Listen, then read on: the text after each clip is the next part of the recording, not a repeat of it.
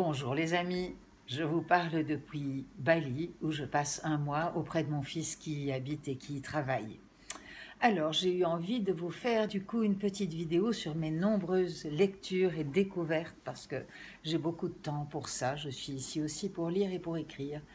Et je lisais récemment une définition de l'éveil qui m'a vraiment bien parlé. Cette définition, je crois qu'elle est de Jeff Foster.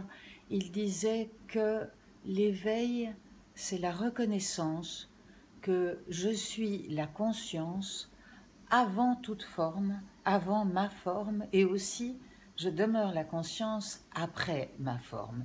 Moi, ça me plaît bien cette idée-là. Voilà, je suis ravie de savoir que ma conscience va rester après la forme, quand la forme ne sera plus là, et je suis aussi vraiment, ça me fait du bien de savoir que je suis cette conscience avant la forme, parce que quelque part, ça me montre aussi que si je m'éveille et si j'éveille cette conscience, justement, ce que je tente de faire avec différentes pratiques qui me plaisent, et je vais vous en partager une en fin de vidéo, eh bien, si je suis dans cette conscience, quelque part, ce que je mesure, c'est que je ne suis plus prise par le drame de tout ce qui se joue dans ma petite vie, mais que j'arrive à avoir un certain recul, une certaine paix, une pondération, une bienveillance, un regard clair, un recul plus exactement clair et curieux et sans attente par rapport à tout ce qui se joue,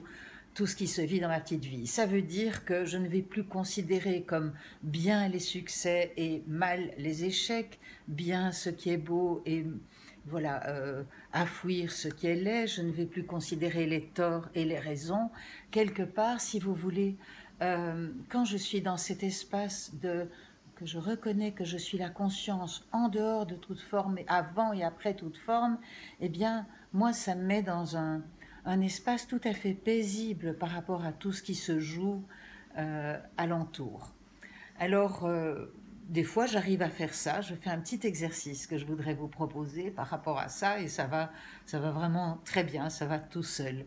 Je m'amuse à regarder la nature, et puis je regarde un arbre. Ici, la nature est somptueuse, elle est vraiment très très généreuse, là où en tout cas la main de l'homme n'est pas trop passée.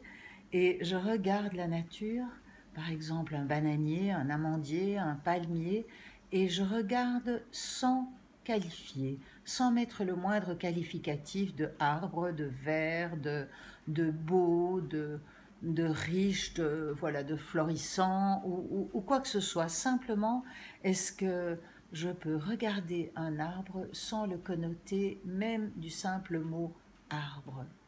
Et quand je fais ça quelque part et que je suis comme ça sans connoter ce qui se vit, eh bien, ce que j'ai constaté, c'est qu'il y a comme un espace qui grandit en moi, un espace de recul, un espace de bien-être, oui, de non-être. Enfin, je ne sais pas très bien comment le dire, parce que au moment où ça se vit, il n'y a rien. C'est après qu'on peut voir comment, disons, peut-être mettre quelques mots sur ce qu'on a vécu.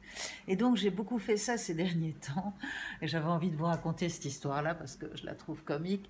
J'ai beaucoup fait ça ces derniers temps, et c'était très cool. Je faisais ça depuis la piscine où je nage, et où j'écris et je lis.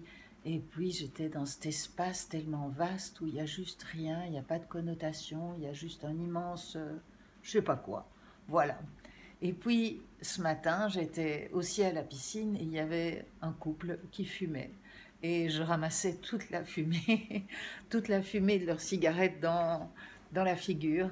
Et puis, je me suis surprise à juger. Si tout le monde faisait comme ça, on ne respirerait plus. Et puis, ce même couple, la veille, était dans la piscine et prenait une place énorme et faisait beaucoup de bruit. Et voilà, ce sont des jeunes, donc j'ai essayé de me dire, c'est naturel, ils sont jeunes, etc. Et puis j'ai vu qu'il y avait une part de moi qui avait besoin aussi de croire que je peux exister, que je peux, voilà, qu'il y a une considération pour les autres. Et puis j'ai vu évidemment que j'étais à fond dans la qualification de ces personnes et donc très vite dans la disqualification. Alors j'ai continué ma pratique et j'ai regardé ces personnes sans les étiqueter. juste les regarder.